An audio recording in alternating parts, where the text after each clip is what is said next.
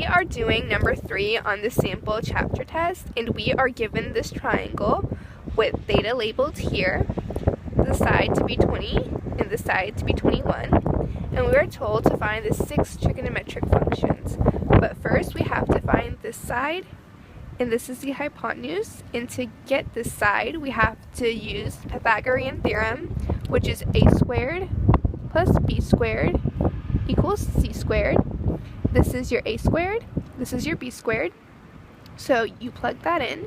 20 squared plus 21 squared equals c squared, and you'd put these two into the calculator and you'd add them together and you would get 841 equals c squared. And to get c, which is this side, you'd have to square root, which you can also do in the calculator, and you will get c to equal 29. So this side is 29. Now that we have the triangle labeled, we can continue to do the 6 trigonometric functions. Sine of theta, which is the opposite over the hypotenuse. Cosine of theta, which is the adjacent over the hypotenuse. Tangent of theta, which is the opposite over the adjacent. And then we have cosecant of theta, which is the hypotenuse over the opposite. Secant of theta, which is the hypotenuse over the adjacent. Cotangent of theta, which is the adjacent over the opposite. And if you notice, this is just a flip of this. So opposite over hypotenuse, cosecant is hypotenuse over opposite, and the same with these two.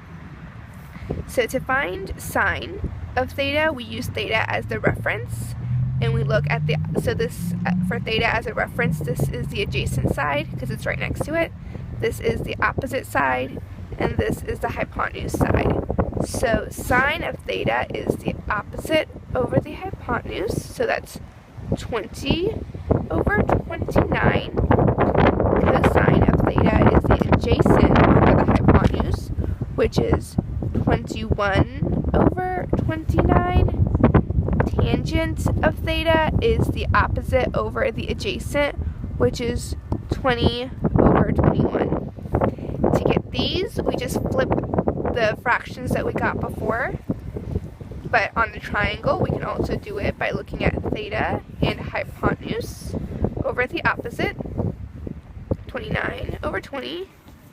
Secant is the hypotenuse over the adjacent, so 29 over 21. And cotangent is the adjacent over the opposite, so 21 over 20. And that's how you find them. Also remember to, if you can, you should always simplify the fractions, but in this case the fractions are in their simplest form, so we cannot simplify, but if you can, you should. And that is how you find the 6 trigonometric functions. Thank you for watching this video.